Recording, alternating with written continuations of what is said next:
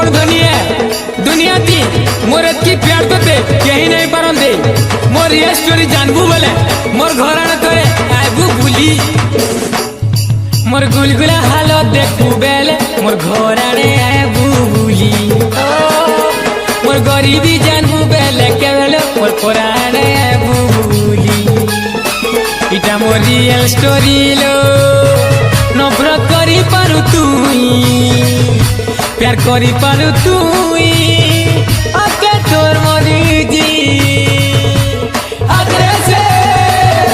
मते देखी मूल मूल हंसुचे मोर प्रिया नजर मोठाने पड़ुचे मोर प्रिया आज बेसी खुशी होचे।